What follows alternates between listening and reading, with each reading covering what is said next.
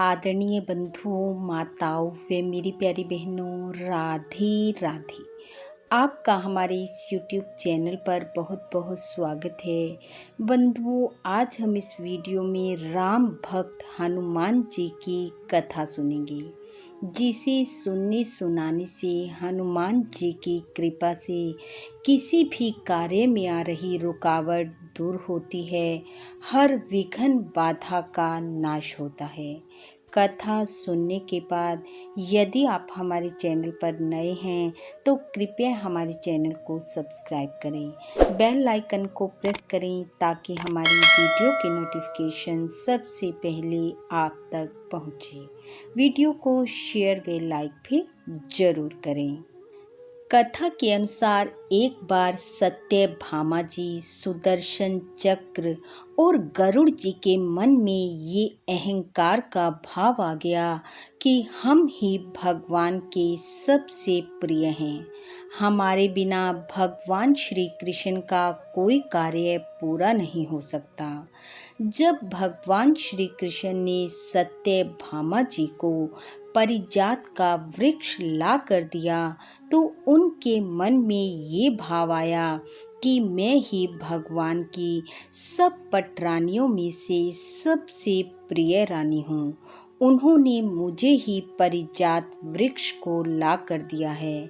सुदर्शन चक्र के मन में ये भाव आ गया कि जब सब अस्त्र शस्त्र विफल हो जाते हैं तब प्रभु मेरा उपयोग करते हैं, अर्थात मेरे बिना किसी भी युद्ध में विजय पाना संभव नहीं है। और गरुड़ जी के मन में ये भाव उत्पन्न हो गया कि मेरे ऊपर सवारी करके भगवान कुछ समय में ही कहीं के कहीं पहुंच जाते हैं। भगवान को उनके मन के ये भाव समझने में देर न लगी और उन्होंने सोचा कि मेरे भक्तों के मन में आए इस अहंकार को मुझे दूर करना चाहिए। तभी उन्होंने हनुमान जी का स्मरण किया। भगवान श्री कृष्ण के स्मरण करने के साथ ही हनुमान जी द्वारिका की तरफ चल पड़े। हनुमान जी ये जानते थे कि भगवान श्री कृष्ण और मेरे प्रभु श्री राम एक ही हैं। द्वारिका पहुँचते ही हनुमान जी को ये समझ आ गया कि प्रभु ने उन्हें क्यों याद किया है। अतः भगवान के मन के भाव को जानते हुए हनुमान जी भगवान के सामने न जाते हुए द्वारिका के एक सुंदर उपवन में पहुंच गए और वहां लगे वृक्षों के स्वादिष्ट स्वादिष्ट फल कुछ खाने लगे और कुछ गिराने लगे। वृक्षों को उखाड़ उखाड़ कर फेंकने लगे। उधर भगवान ने गरुड़ जी से कहा, जाओ और उपवन में जाकर उस वानर को रोको जो वृक्षों को उखाड़ कर फेंक रहा है। गरुड़ जी हनुमान जी को साधारण वानर समझकर रोकने लगे, परंतु वह नहीं रुके और उन्होंने गरुड़ जी को अपनी पूंछ में लपेट लिया, जिससे गरुड़ जी को सांस लेने में भी परेशानी होने लगी। कुछ समय बाद हनुमान जी ने गरुड़ जी को दूर समुद्र की तरफ उछाल दिया। मुश्किल से गरुड़ जी अपने प्राणों को बचाकर भगवान श्री कृष्ण के पास पहुँचे और बोले, प्रभु वो कोई साधारण वानर नहीं लगता, मैं उसे पकड़ने में कामयाब न हो सका। भगवान बोले, गरुड़ जी वो साधारण वानर ना होकर राम भक्त हनुमान हैं। आप उन्हें जाकर कहें कि हनुमान जी आपको प्रभु राम ने याद किया है, तो वे तुरंत आ जाएंगे और हो सके तो आप उन्हें अपने साथ ही लेकर आना।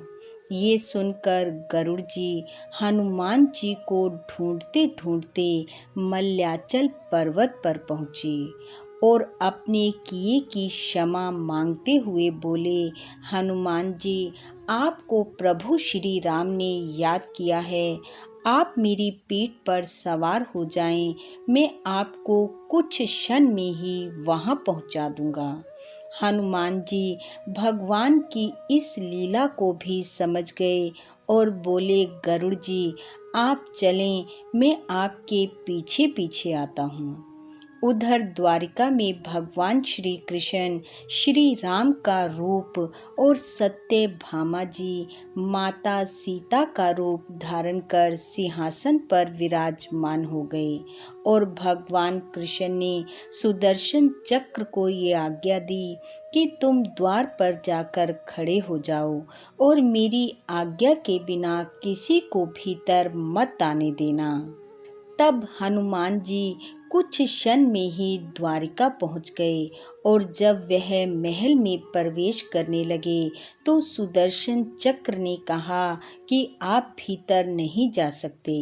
हनुमान जी ने सुदर्शन चक्र को पकड़ा और मुंह में दबा लिया और महल के भीतर प्रवेश कर गए।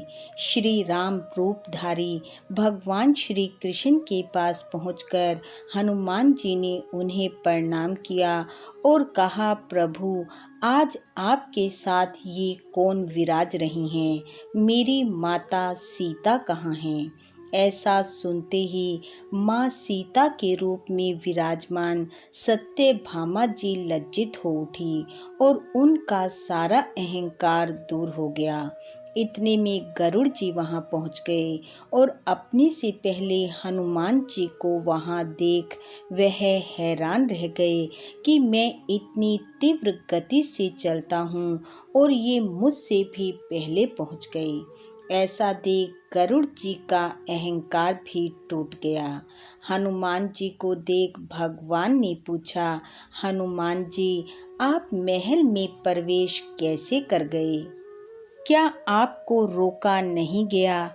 हनुमान जी ने कहा, मुझे रोका गया था, लेकिन मेरे लिए आपके समक्ष पहुंचना अनिवार्य था, क्योंकि आपने मुझे याद किया था और आपकी आज्ञा में मैं किसी बाधा को सहन नहीं कर सकता था।